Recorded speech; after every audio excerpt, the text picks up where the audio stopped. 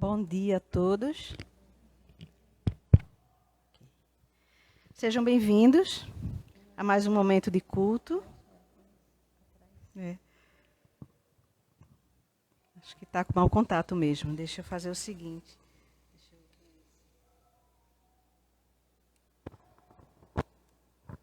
Agora, sejam bem-vindos a mais um momento de culto. Hoje nós celebramos o 8º domingo após Pentecostes, oportunidade para refletirmos sobre os mandamentos de Deus para o nosso viver nesse mundo. Então vamos nos preparar para as leituras de hoje e a mensagem do dia, cantando o hino 87 do Inário Luterano.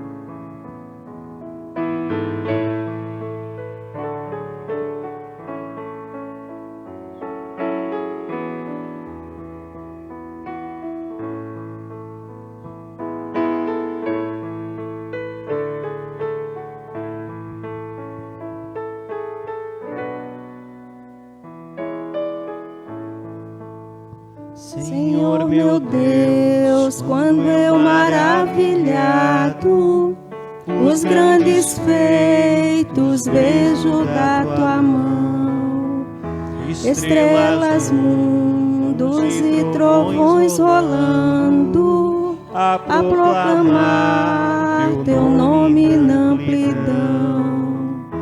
Então minha alma canta a ti, Senhor. Grandioso és tu, grandioso és tu. Então minha alma canta a ti, Senhor. Grandioso és tu, grandioso és tu. Ao caminhar por bosques e florestas, ouvindo a brisa, pássaros cantar. Ouvindo além montanhas altaneiras, o teu poder e glórias proclamar. Então minha alma canta a ti, Senhor. Grandioso és tu, grandioso és tu. Então minha alma canta a ti, Senhor. Grandioso és tu, grandioso és tu. Ao revelares que na cruz maldita, por teu amor Jesus ali morreu e me livrou do jugo do pecado, a morte as hostes infernais venceu. Então minha alma, grandioso és tu, grandioso és tu. Minha alma canta a ti, Senhor. Grandioso és tu, grandioso és tu. Quando afinal em resplendor e glória Jesus abrir das portas da mansão, eu quero estar de joelhos entre os santos, na mais humilde vera adoração. E eu cantarei eternamente ali. Grandioso és tu, grandioso és tu. Eu cantarei eternamente ali. Grandioso és tu, grandioso és tu.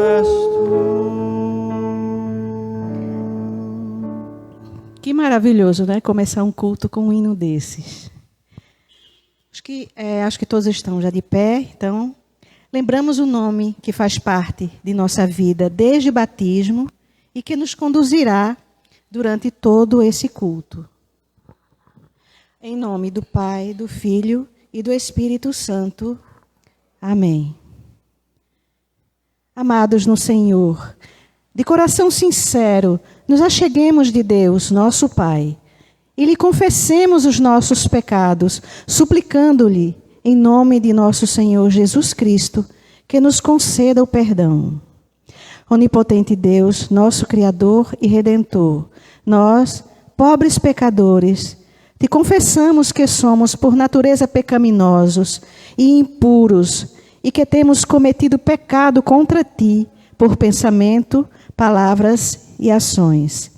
Recorremos, portanto, ao refúgio de tua infinita compaixão, buscando e implorando a tua graça por amor de nosso Senhor Jesus Cristo. Ó misericordioso Deus, que deste o teu Filho unigênito para que morresse por nós, tem compaixão de nós e, por amor de Jesus, nos concede a remissão de todos os nossos pecados. E pelo teu Santo Espírito, aumenta em nós o conhecimento verdadeiro de ti e de tua vontade.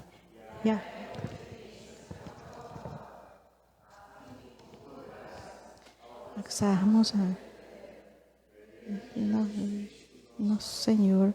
Amém. O Deus Todo-Poderoso, nosso Pai Celestial, teve compaixão de nós e entregou o seu Filho unigênito para que morresse por nós. E por amor de seu nome, nos perdoou todos os nossos pecados. E aos que creem em seu nome, lhes deu o poder de serem feitos filhos de Deus e lhes prometeu o seu Espírito Santo. Quem crê e for batizado será salvo. Concede-o, ó Senhor, a todos nós. Amém. O introito para o 8º domingo após Pentecostes é o Salmo 85, no capítulo 1 ao 7. Eu vou ler as primeiras, as ímpares, e a congregação lê as pares. Favoreceste a tua terra, Senhor, restauraste a propriedade de Jacó.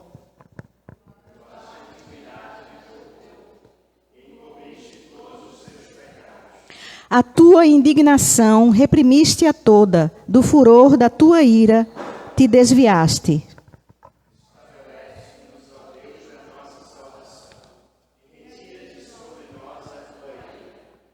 Estarás para sempre irado contra nós? Prolongarás a tua ira por todas as gerações?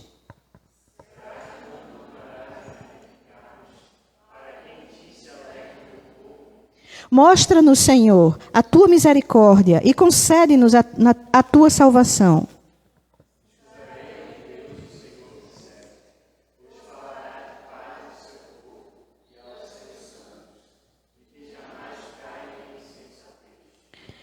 Próxima está a salvação dos que o temem, para que a glória habite em nossa terra.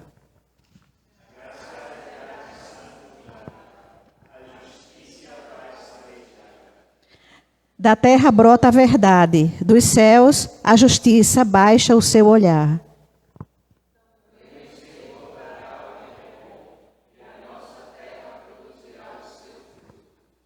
A justiça irá adiante do Senhor, cujas pegadas ela transforma em caminhos. Glória ao Pai, e ao Filho, e ao Santo Espírito, como era no princípio, agora é, e por todo sempre há de ser. Amém. Oremos. Ó Senhor, que concedeste força aos teus profetas para resistir às tentações do diabo, e coração para proclamar arrependimento. Dá-nos corações e mentes puros para seguir teu Filho com fidelidade, mesmo no sofrimento e na morte. através do mesmo Jesus Cristo, nosso Senhor, que vive e reina contigo e o Espírito Santo, um só Deus, agora e sempre. A congregação pode se sentar.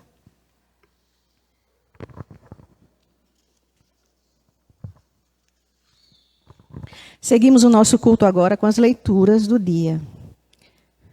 A leitura do Antigo Testamento, conforme o livro de Amós, no capítulo 7, os versículos de 7 a 15. Ouçamos a palavra do Senhor. Mostrou-me também isto. Eis que o Senhor estava sobre um muro levantado a prumo e tinha um prumo na mão. O Senhor me perguntou: o que você está vendo, Amós? Respondi: um prumo. Então o Senhor disse: eis que eu porei o prumo no meio do meu povo de Israel. Não posso mais ignorar o que fazem. Os lugares altos de Isaque serão assolados, e os santuários de Israel serão destruídos. E eu me levantarei com a espada contra a casa de Jeroboão. Então Amazias, o sacerdote de Betel, mandou dizer a Jeroboão, rei de Israel: Amós está conspirando contra o rei no meio da casa de Israel. A terra não pode suportar todas as suas palavras. Porque assim diz Amós: Jeroboão morrerá à espada, e Israel certamente será levada para fora de sua terra em cativeiro. Depois Amazias disse a Amós: saia daqui, vidente. Fuja para a terra de Judá e vá ganhar a vida por lá. Em Judá você pode profetizar, mas em Betel, daqui em diante, você não poderá profetizar, porque este é o santuário do rei e o templo do reino. Amós respondeu e disse a Amazias: eu não sou profeta, nem discípulo de profeta. Eu cuido de gado e colho sicômoros. Mas o Senhor me tirou do trabalho de andar atrás do gado e me disse: vá e profetize ao meu povo de Israel. Até aqui a leitura do Antigo Testamento. Sigamos agora com a leitura da epístola, conforme Paulo escreve aos Efésios, no capítulo 1, versículos de 3 a 14. Ouçamos a palavra do Senhor. Bendito seja o Deus e Pai de nosso Senhor Jesus Cristo, que nos abençoou com todas as bênçãos espirituais nas regiões celestiais em Cristo. Antes da fundação do mundo, Deus nos escolheu, nele para sermos santos e irrepreensíveis diante dele, em amor. Nos predestinou para ele, para sermos adotados como seus filhos, por meio de Jesus Cristo, segundo o propósito de sua vontade. Para louvor da glória de sua graça, que ele nos concedeu gratuitamente no amado. Nele temos a redenção pelo seu sangue, a remissão dos pecados, segundo a riqueza da sua graça, que Deus derramou abundantemente sobre nós em toda a sabedoria e entendimento. Ele nos revelou o mistério da sua vontade, segundo o seu propósito, que ele apresentou em Cristo. De fazer convergir nele, na dispersação da plenitude dos tempos, todas as coisas, tanto as do céu como as da terra. Em Cristo fomos também feitos herança, predestinados segundo o propósito daquele que faz todas as coisas conforme o conselho da sua vontade, a fim de sermos, para louvor da sua glória, nós, os que de antemão esperamos em Cristo. Nele também, vocês, depois que ouviram a palavra da verdade, o evangelho da salvação, tendo nele também crido, receberam o selo do Espírito Santo da promessa. O Espírito é o penhor da nossa herança, até o resgate da sua propriedade em louvor da sua glória. Até aqui a palavra do Senhor. Quem puder se coloque de pé, em reverência às palavras do Senhor, conforme registradas pelo evangelista Marcos. Marcos, no capítulo 6, os versículos de 14 ao 29. Ouçamos a palavra do Senhor. Isto chegou aos ouvidos do rei Herodes, porque o nome de Jesus havia se tornado conhecido. E alguns diziam: João Batista ressuscitou dentre os mortos, e por isso forças miraculosas operam nele. Outros diziam: é Elias. Ainda outros diziam: é profeta como um dos antigos profetas. Herodes, porém, ouvindo isto, disse: é João, a quem eu mandei decapitar, que ressuscitou. Porque o próprio Herodes havia mandado prender João e amarrá-lo na prisão, por causa de Herodias, mulher do seu irmão Filipe Herodes, com a qual Herodes havia casado. Pois João lhe dizia: você não tem o direito de viver com a mulher do seu irmão. Herodias odiava João Batista e queria matá-lo, mas não conseguia fazer isso. Porque Herodes temia João, sabendo que era homem justo e santo, e o mantinha em segurança. E quando o ouvia, ficava perplexo, embora gostasse de escutá-lo. Chegando uma ocasião favorável em que Herodes, no dia de seu aniversário, deu um banquete às autoridades, aos oficiais militares e às pessoas importantes da Galileia. A filha de Herodias entrou no salão e, dançando, agradou a Herodes e aos seus convidados. Então o rei disse à jovem: peça o que quiser e eu lhe darei. E fez este juramento: o que você me pedir, eu lhe darei, mesmo que seja a metade do meu reino. Ela saiu e foi perguntar à mãe: o que pedirei? A mãe respondeu: a cabeça de João Batista. No mesmo instante, voltando apressadamente para junto do rei, disse: quero que, sem demora, o Senhor me dê, num prato, a cabeça de João Batista. O rei ficou muito triste, mas por causa do juramento e dos que estavam com ele à mesa, não quis negar o pedido da jovem. E enviando logo o executor, mandou que lhe trouxessem a cabeça de João. Ele foi e o decapitou na prisão. E trazendo a cabeça num prato, a entregou à jovem. E esta, por sua vez, a entregou à sua mãe.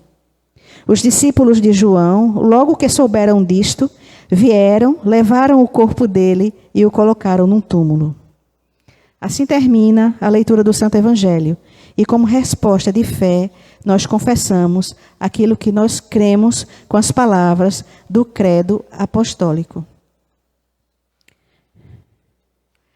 Creio em Deus Pai, Todo-Poderoso, Criador do céu e da terra, e em Jesus Cristo, seu único Filho, nosso Senhor, o qual foi concebido pelo Espírito Santo, nasceu da Virgem Maria, padeceu sob Pôncio Pilatos, foi crucificado, morto e sepultado, desceu ao inferno, no terceiro dia ressuscitou dos mortos, subiu aos céus, está sentado à direita de Deus Pai Todo-Poderoso, donde há de vir a julgar os vivos e os mortos.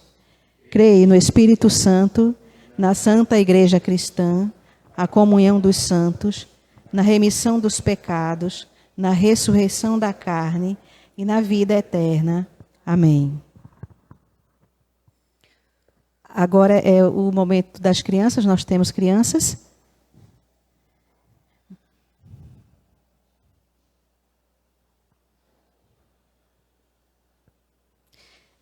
Eu gostaria de convidar a professora Mariane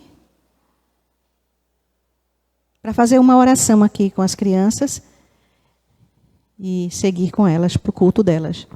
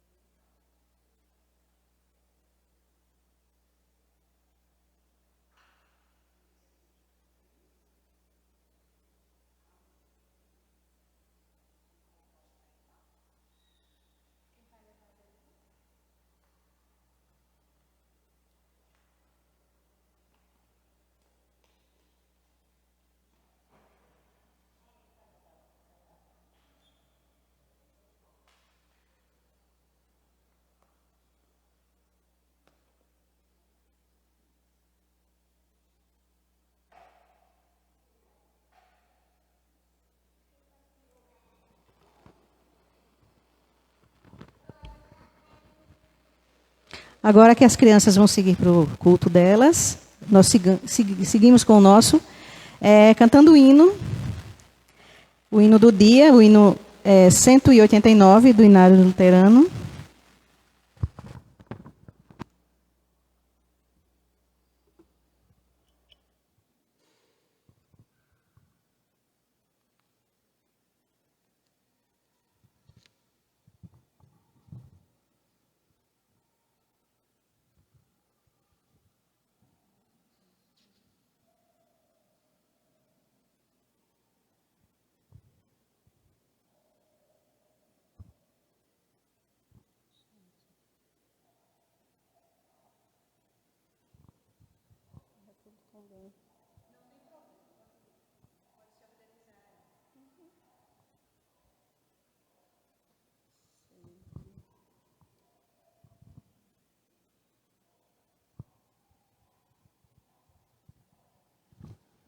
Estamos sendo desafiados, faz parte.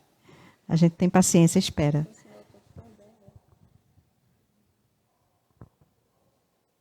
E se não conseguir, a gente canta assim mesmo.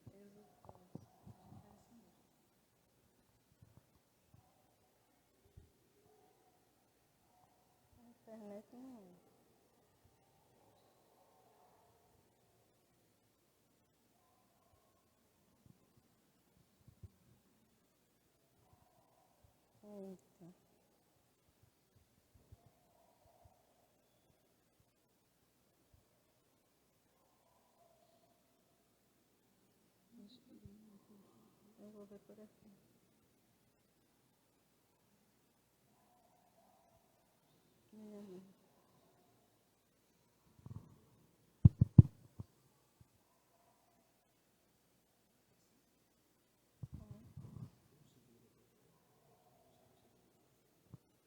Tem outro ali, não dá, por favor? Logo assim, mesmo o computador, né?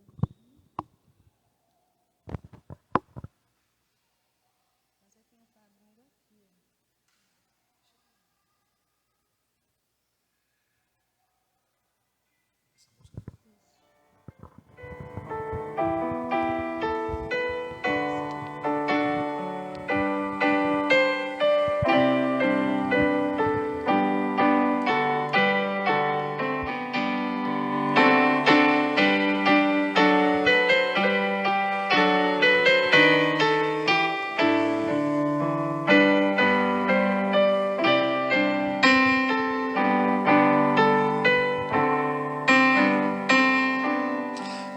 Exultantes te adoramos, Deus da glória, Deus do amor. Nossos corações te abrimos, enche-nos de santo ardor. Vem dissipar as nuvens frias, a tristeza, noite atroz. Doador das alegrias, o teu brilho, luz em nós. Tuas obras anunciam teu imenso resplendor. Céus e terra, estrelas e anjos cantam hinos de louvor. Vales, montes e campinas, lindos prados, verde mar. Aves, fontes cristalinas, vem conosco te adorar. Ó cristãos, entoem os hinos que o universo quer cantar. De Jesus o amor divino faz-nos mais e mais amar. Jubilantes celebremos seu triunfo sobre o mal. Vinde alegres, exaltemos sua glória celestial. Obrigada, Deus.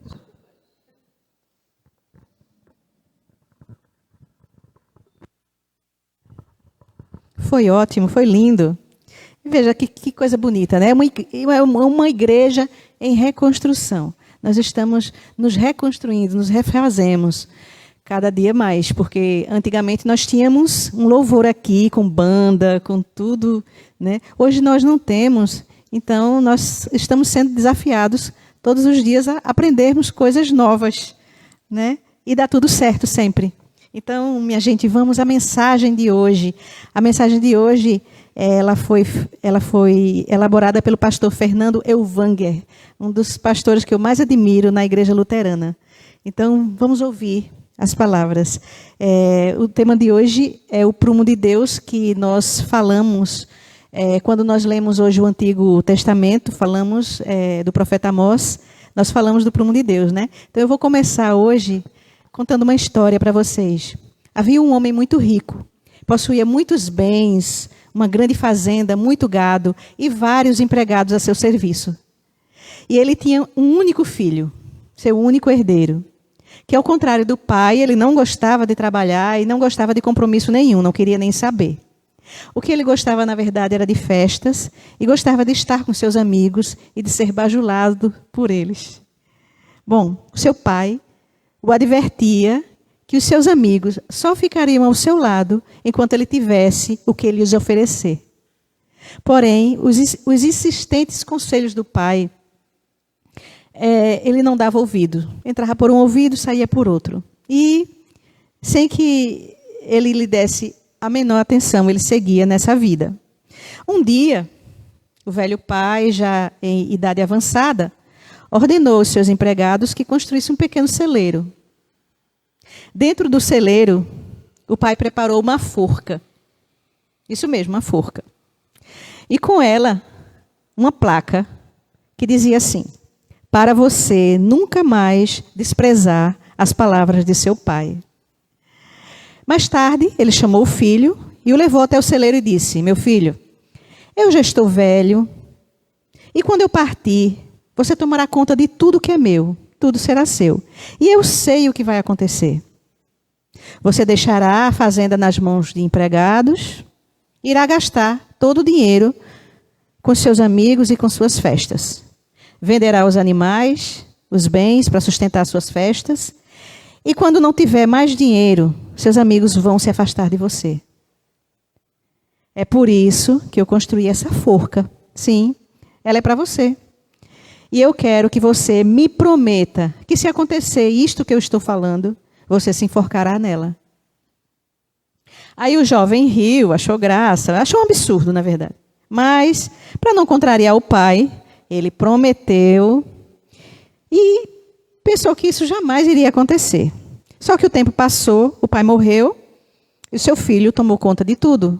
E, assim como se havia previsto, o jovem gastou tudo, exatamente como o pai dissera.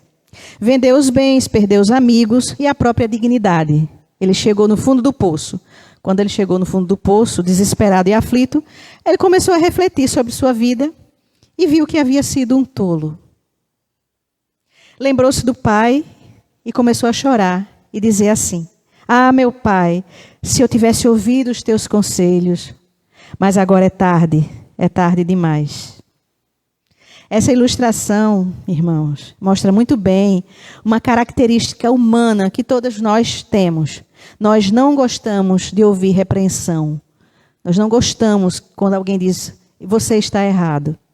Mesmo quando nós estamos errados. Nós não queremos que alguém diga que estamos, né? Então, A criança que quer colocar o dedo na tomada, ela fica nervosa quando o adulto diz que aquilo é perigoso.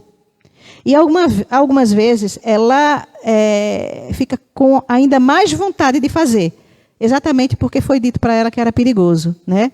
Porque o atrativo do desconhecido, do perigoso, né? Então ela fica com ainda mais vontade.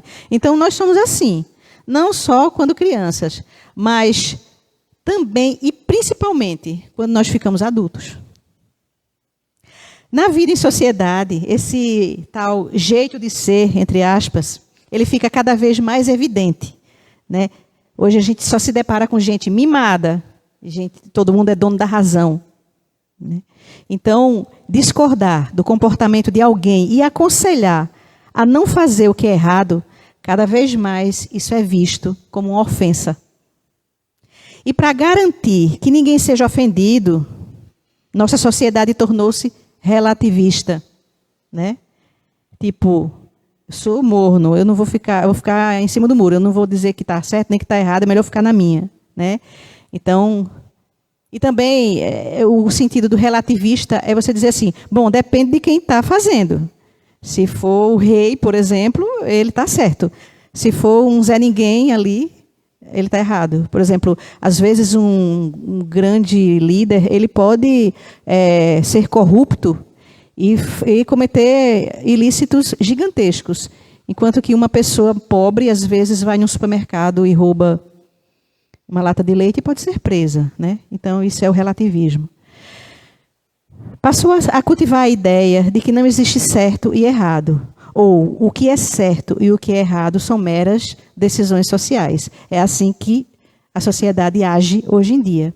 Um exemplo dessa forma de pensar, nós vemos quando alguém sonega imposto ou pirateia algum produto e fica tranquilo, porque todo mundo faz isso, é normal, né? Então, a gente já perdeu o senso do que é certo e do que é errado por isso, porque todo mundo faz, se todo mundo faz, então está certo. Pense um pouco em quantas coisas erradas nós fazemos, sem sentir culpa, só porque todo mundo faz. E quando alguém chama a nossa atenção, aí nós ficamos bravos e cheios de razão.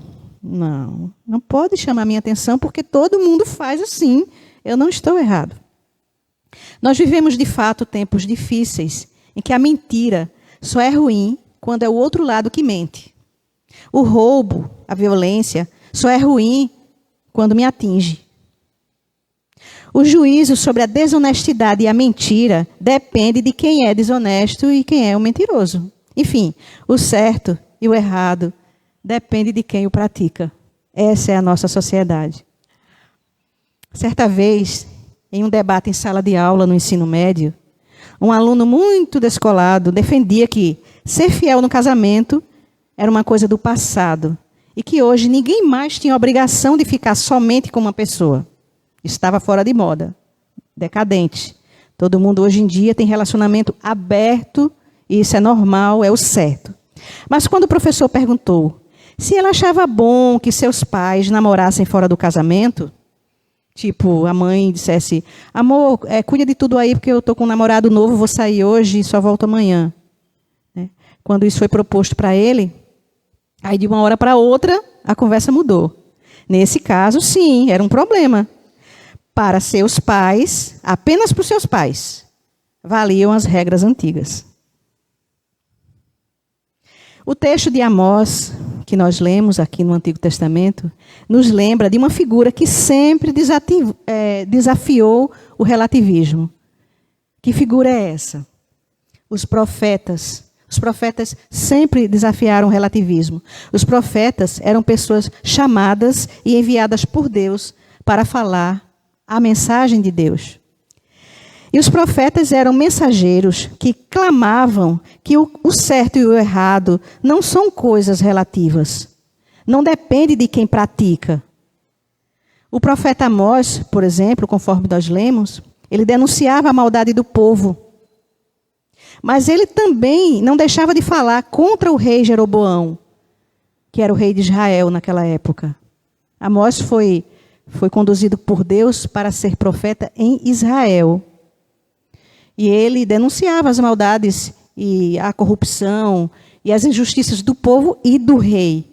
O povo e o seu rei tinham abandonado a lei de Deus, adoravam outros deuses e cometiam injustiça. Por isso o profeta foi.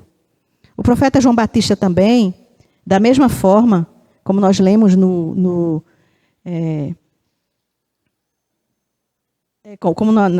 na leitura de hoje, João Batista, ele condenava o comportamento do rei Herodes, que estava se relacionando com a mulher do seu irmão, Herodias, né? Quem não lembra dessa história? Herodias, a mãe de Salomé, que dançou para o rei, e o rei se encantou, e por causa disso, ele teve que dar para ela a cabeça de João Batista, que ele não pretendia, de fato, matá-lo. Mas ele o fez porque, naquele momento ali, ele achou que era o certo. Tanto um como o outro, tanto Amós quanto João Batista, eles tentaram amenizar o erro do rei, só porque ele era rei. E nem o erro do povo, só porque todo mundo fazia. Então, ele não deixou de denunciar o erro do rei, só porque ele era rei, e muito menos o erro do povo, só porque todo mundo fazia igual. Ele estava lá denunciando. Na sua visão, na visão que Amós teve de Deus, ele viu Deus segurando um prumo. Um prumo é um instrumento usado pelos pedreiros. Acho que todos aqui conhecem. Os pedreiros usam um prumo para construir de forma reta, para acertar ali na parede, ficar certinho. Caso o pedreiro ignore o prumo, não tem jeito, a construção vai ficar torta. O prumo mostra o que é o certo. E na visão de Amós, Deus tem um prumo em suas mãos. Isto quer dizer que o certo e o errado foram definidos pelo Criador e foram revelados por Ele em forma de mandamentos. O Criador, Ele segura a régua, e isto não pode ser mudado pelo ser humano. O consenso de uma maioria não pode alterar a regra de Deus. O colegiado, a reunião de poderosos, o voto não altera o mandamento de Deus. O mandamento de Deus é o mandamento de Deus, é o certo, é o correto. O nosso pensamento, a nossa opinião, a nossa ideologia não alteram o prumo. Diante de Deus, ou somos retos ou somos tortos. Não tem um meio termo. E se estamos tortos, talvez a pior coisa que pode acontecer é não sermos avisados, não sermos chamados à atenção. Às vezes a gente está cego ali naquela situação, errada. E se vem alguém, um anjo do Senhor, e nos chama a atenção e diz, você está errado, isso é a melhor coisa que pode nos acontecer. Ou ainda pode acontecer pior, a gente achar que o errado é que é o certo. Então, isso é o pior que pode acontecer, é nós não sermos avisados ou nós acharmos que estamos certos, fazendo a coisa errada, e não ter ninguém que chegue junto da gente e que diga que está errado. E que nos ajude a voltar para o caminho certo. Porque isso vai tirar toda a oportunidade de nós sermos endireitados. Se a gente se fecha para isso, se a gente se acha dono da verdade e acha que as pessoas, ninguém é suficiente para chegar para você e dizer que você está errado em alguma coisa, então a gente perde a oportunidade de sermos endireitados. Agora, como dissemos no início, esta é uma mensagem muito difícil para todos nós. Nós não gostamos que os nossos erros sejam apontados. Isso é natural, nós somos assim. Então, quase sempre, os profetas, eles suportavam o desprezo das pessoas e das autoridades. E muitas vezes, eles enfrentavam a morte por causa daquilo que anunciavam. Foi o que aconteceu com Amós. O rei, ao invés de ouvir a repreensão, ele decidiu calar o profeta. E, infelizmente, também foi o que aconteceu com João Batista, que acabou sendo morto pelo rei Herodes. O escritor de Hebreus, ele relata em Hebreus capítulo 11, nos versículos do 35 ao 38. ele relata o seguinte, ele diz com tristeza que o destino de muitos dessas testemunhas que anunciavam a mensagem de Deus, os profetas, o texto diz assim, alguns foram torturados, não aceitando seu resgate, para obterem superior ressurreição. Outros, por sua vez, passaram pela prova de zombarias e açoites, sim, até de algemas e prisões. Foram apedrejados, cerrados ao meio, mortos ao fio da espada. Andaram como peregrinos, vestidos de peles de ovelha e de cabras. Passaram por necessidades, foram afligidos e maltratados. E fecha dizendo a coisa mais importante. O mundo não era digno deles. E isso é fato. Infelizmente, irmãos e irmãs, aquele desconforto, aquele sentimento de raiva que nós temos quando somos repreendidos, quando deixamos crescer o desprezo pela verdade de Deus, pode se transformar em um ódio muito grande. A ponto de serem perseguidos aqueles que anunciam a mensagem. E isto é um grande problema, porque podemos amenizar o pecado e até chamá-lo de virtude. Concordam? No entanto, o amor ao pecado nunca será um caminho da felicidade, pois o pecado é a semente do sofrimento. E o salário do pecado é a morte, né? Conforme nós conhecemos, segundo Romanos 6, 23. O salário do pecado é a morte. Por isso, quando cultivamos o pecado, por mais que pareça libertador no início, sempre fará brotar um sofrimento no final. A mentira parece vantagem no primeiro momento, mas ela traz um imenso peso de ira e indignação de Deus.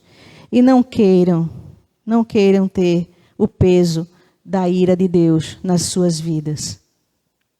A tolerância com a imoralidade, a traição, a desonestidade, o abuso, tudo isso pode parecer um bom negócio para os poderosos do nosso mundo. Politicamente correto. Eu vou tolerar porque é politicamente correto. Mas nada disso jamais trará paz e uma vida plena. Jamais. Veja Herodes. Depois de matar João Batista, ele ficou aflito, ficou atormentado, com mania de perseguição. Atormentado pela culpa do que ele fez, de ter calado um profeta de Deus. Veja o povo que rejeitou Amós. Rejeitou Amós e a sua mensagem. Esse povo acabou sendo destruído e levado para o exílio, onde experimentou muito sofrimento. E ainda hoje, quantas e quantas pessoas sofrem por não ouvirem os alertas da palavra de Deus. E não darem nenhuma atenção para o pecado. O pecado escraviza. Então, é como uma teia de aranha que vai prender a sua presa. É assim. A pessoa começa com um pecado menor, digamos assim, começa, e de repente ela está tão envolvida naquilo que ela já não consegue mais sair. É como uma teia de aranha. Como seria bom se nós pudéssemos ouvir com mais atenção os mandamentos de Deus e de verdade, mas de verdade mesmo, a gente guiar a nossa vida por eles, não é? No entanto, diante da nossa natureza pecaminosa, é ainda mais consolador ouvir o apóstolo Paulo, quando ele escreve na epístola que nós lemos aqui no nosso culto, que ele diz assim: antes da fundação do mundo, Deus nos escolheu nele para sermos santos e irrepreensíveis diante dele. Em amor, nos predestinou para ele, para sermos adotados como seus filhos por meio de Jesus Cristo, segundo o propósito de sua vontade, para louvor da glória de sua graça, que ele nos concedeu gratuitamente no amado. Nele temos a redenção pelo seu sangue, a remissão dos pecados segundo a riqueza de sua graça, que Deus derramou abundantemente sobre nós em toda a sabedoria e entendimento. Foi o que nós lemos em Efésios, no capítulo 1, do 4 ao 8. Vocês lembram da história que eu comecei aqui no início? Bom, conta-se que, muito triste, o jovem levantou os olhos e olhou para o pequeno celeiro, que era tudo o que lhe restava. A passos, ele havia vendido tudo, como eu mencionei, né? Ele não tinha mais nada, mas ele manteve o celeiro lá. Então, a passos lentos, ele foi até lá e entrando, ele viu a placa lá na forca, aquela placa lá empoeirada, e aí ele disse: eu nunca segui as palavras do meu pai, não pude alegrá-lo quando estava vivo, mas pelo menos desta vez eu vou fazer a vontade dele e vou cumprir a promessa que eu fiz. Não me resta mais nada, então eu vou cumprir a minha promessa. Então ele subiu os degraus e colocou a corda no pescoço e disse: se eu tivesse uma nova chance. Quem não gostaria, gente, de uma nova chance? Quantas vezes na nossa vida nós não pedimos uma nova chance a Deus? Porque nós erramos, nós cometemos um grande erro que teve um reflexo terrível na nossa vida. E a gente não pode voltar atrás, né? E a gente só pede uma nova chance. Então ele pulou. E quando ele pulou, ele sentiu por um instante a corda apertar sua garganta. Mas o braço da forca estava oco e quebrou-se facilmente. E o rapaz caiu no chão. E sobre ele caíram joias, esmeraldas, pérolas, diamantes, dinheiro. A forca estava cheia de pedras preciosas e um bilhete que dizia assim: essa é a sua nova chance. Eu te amo muito, seu pai. Que coisa linda, não é? Como é bom saber que os nossos pecados estão perdoados. Porque é isso que essa historinha ilustra. Como é bom saber que os nossos pecados estão perdoados e que por isso nós não precisamos fingir que eles não existem. Nós aprendemos com ele. Como é bom poder ouvir a palavra e reconhecer que somos sim pecadores, mas que também somos sim perdoados. A graça de Deus que Ele nos deu com tanta fartura, Ele nos deu e Ele nos dá todos os dias da nossa vida, o tempo todo. Ele está enchendo a gente de graça. Todos os dias a gente só tem que saber reconhecer isso, enxergar. Então, essa graça nos faz ter uma postura diferente em relação à lei. Nós que reconhecemos essa graça, nós temos uma postura diferente em relação à lei. Nós queremos conhecê-la. Nós queremos saber onde estamos errando. Nós queremos melhorar e é por isso que nós estamos aqui. Nós poderíamos estar em outros lugares nesse momento, mas nós estamos aqui buscando isso. Sabemos que o prumo está nas mãos de Deus e não nas nossas mãos. Mas as mesmas mãos que carregam o prumo, que revela o que está torto, também carregam o perdão, o renascimento, a certeza de que Deus, por causa de Cristo, nos enxerga como seres retos e íntegros. Então, irmãos e irmãs, nós já vimos, de fato, lamentar a repreensão e encarar os erros como se fossem virtudes, só nos traz sofrimento e morte. No entanto, ouvir a palavra que vem de Deus e nos mostra o pecado, e ouvir a palavra que vem de Deus e nos mostra o perdão, é o que nos traz vida e salvação. Por isso, vamos dizer junto com o salmista: escutarei o que Deus, o Senhor, disser, pois falará de paz ao seu povo e aos seus santos, e que jamais caiam em insensatez. Próxima está a salvação dos que o temem, para que a glória habite em nossa terra. A graça e a verdade se encontraram, a justiça e a paz se beijaram. Amém?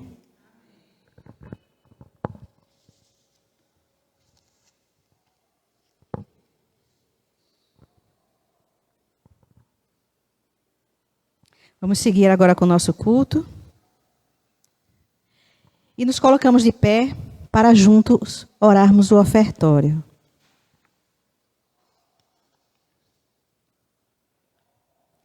Cria em mim, ó Deus, um puro coração, e renova em mim espírito reto. Não me afastes nunca da tua presença e não retires de mim o teu Santo Espírito. Dá-me de novo a alegria da tua salvação e mantém-me com um voluntário espírito. Amém. Todos podem se sentar.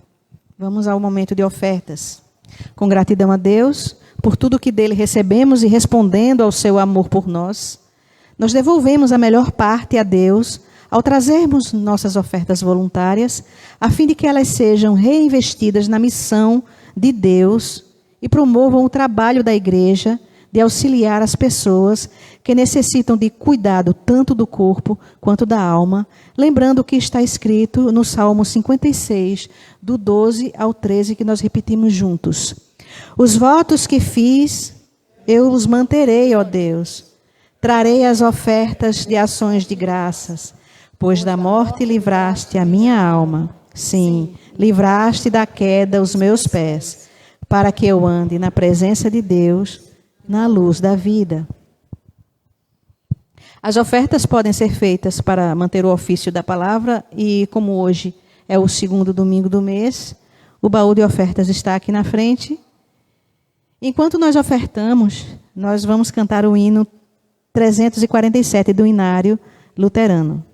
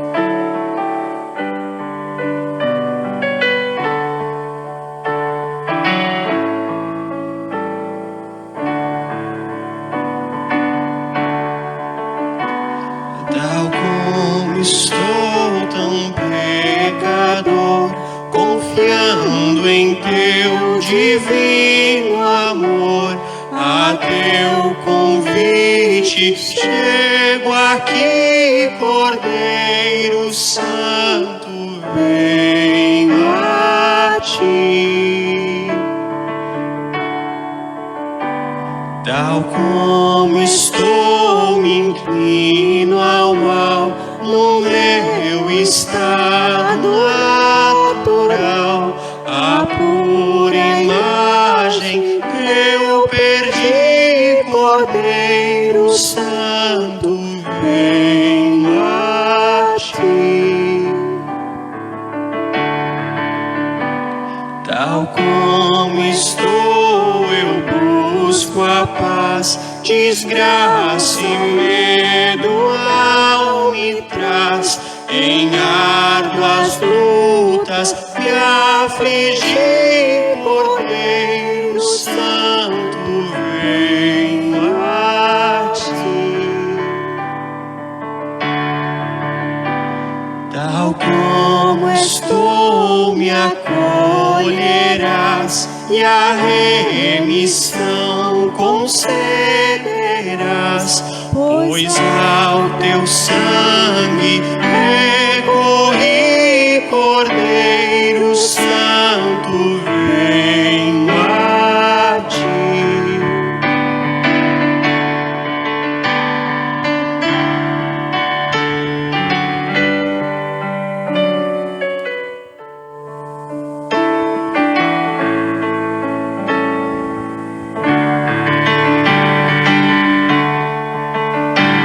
Tal como estou, me salvarei, na tua graça esperarei, a tua bênção recebi, Cordeiro Santo.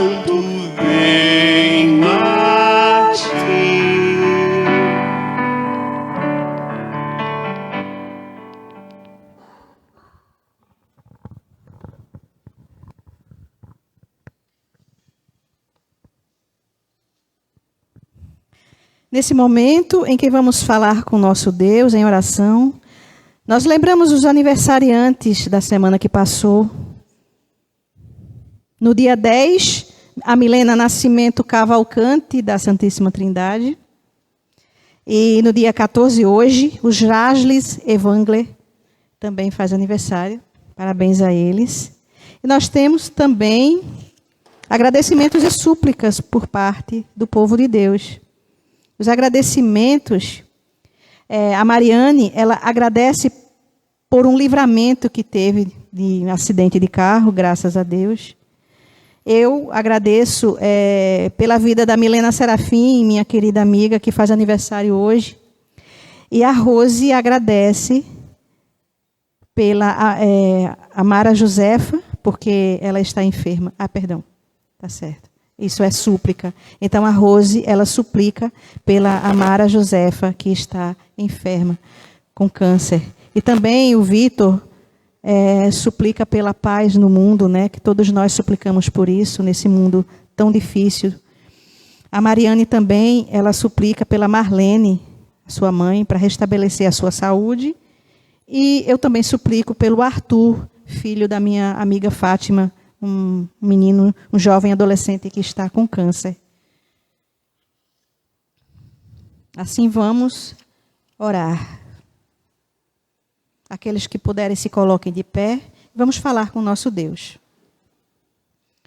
Oremos por toda a igreja de Deus, em Cristo Jesus, e por todas as pessoas